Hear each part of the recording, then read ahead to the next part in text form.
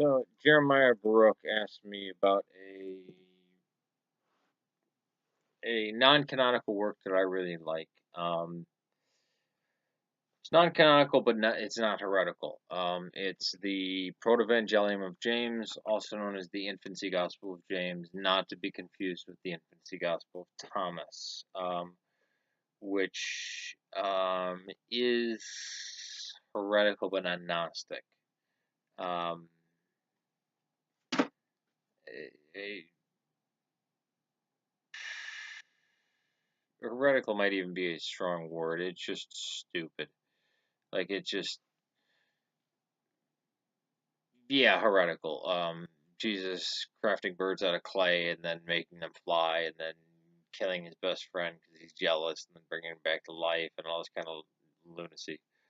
The Protoevangelium of James or the Infancy Gospel of James was the thing is the church. You'll hear a lot. You'll listen to stuff from the Festival of Manaen or the feast days of the presentation of Theotokos into the temple, um, or the nativity of the Theotokos, and you will be like, well, they got this from the Protoevangelium. It's the other way around.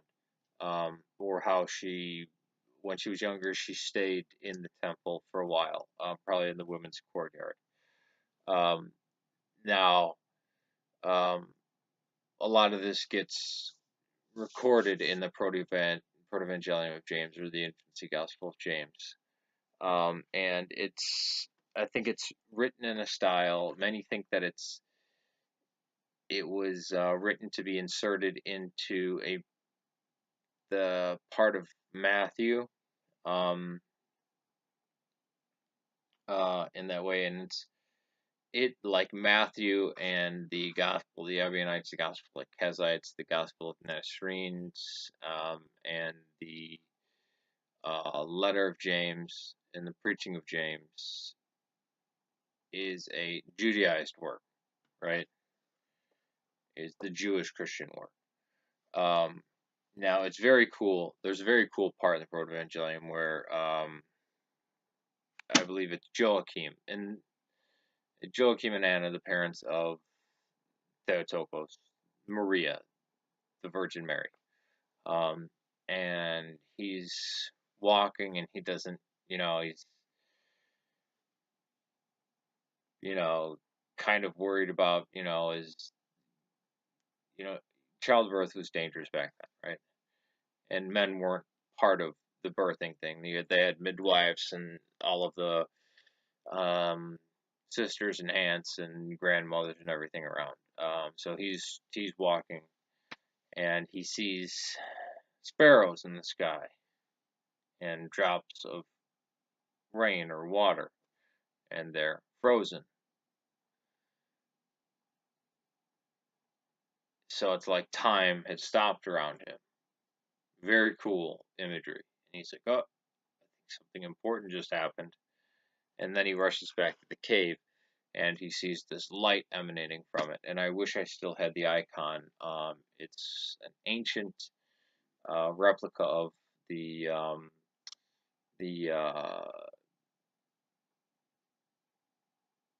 the birth of the Theotokos, and the cave is black. Why? Because it's filled with the uncreated light. You can't depict the uncreated light. That's why it's always shown as black. Let me see if I have a example here. I never seem to have an example on hand. Isn't that just how it goes? Um, yeah, I mean, why would I? I, but yeah, just like at the Holy Transfiguration, you'll see, Christ who's supposed to, have this light emanating from behind him, and it's black. Now, is it 100% reliable? No, but there are things in there like the name of Anna's husband, Joachim, or Joaquin, is usually known. It's the same name. Um, the uh, the fact that she was presented at the temple, that she stayed there for a little while. Yeah, all these things are true, and they put them in the in a work. Now, this was done by James, right? Um, the brother of Jesus. Now, that can mean cousin. It can mean one of Joseph's sons, before he married Maria, the Theotokos, but whatever. So it's not not a first-hand account. James wasn't there, right? And then you have the part where somebody says, "Well, is she really a virgin?" and sticks their hand in um, her vagina, and their hand catches on fire. So it's a very cool story, um, but most likely it was taken from the liturgy, from hearing these things in the liturgy, and then written down.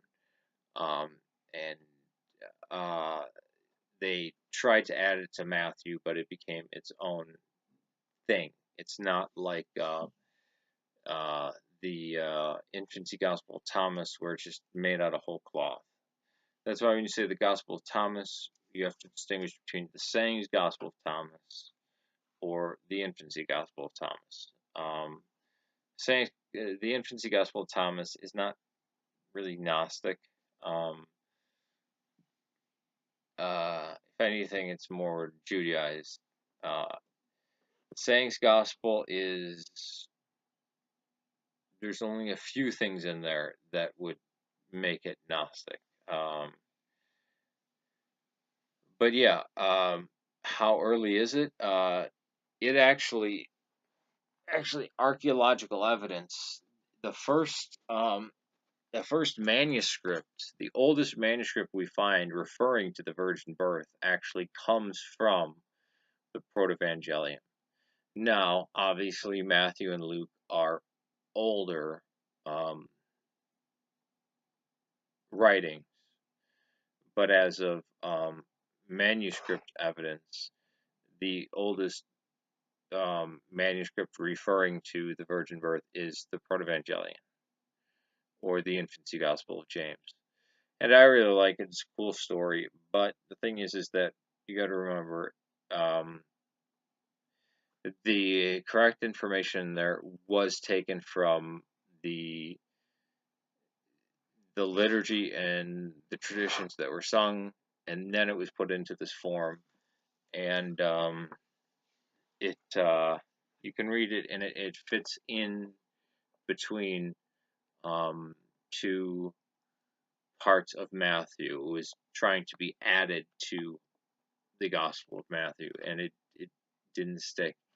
But the church kept copying it down, right? Um, but it wasn't vice versa. It wasn't that people read the Protoevangelium and then said, then added these things about Mary to the liturgy, obviously. So, is it reliable? I would go with the Festival Manean, and read, or just, you know what, attend the feast days of the Theotokos, and that's all. That's what you need. But a lot of this other stuff, um, no, it's not on the same level as even the Anti-Legomena of the New Testament. There's a reason why it's not in there, but it's not as ludicrous or just flat out just fantasy as the um, the Infancy Gospel of James, of the Infancy Gospel of Thomas. Is is that answer your question? If you have more, please ask. And I like your name, Jeremiah Baruch, because Baruch ben Neriah was the scribe of Jeremiah, and we actually found his seal. Peace to you.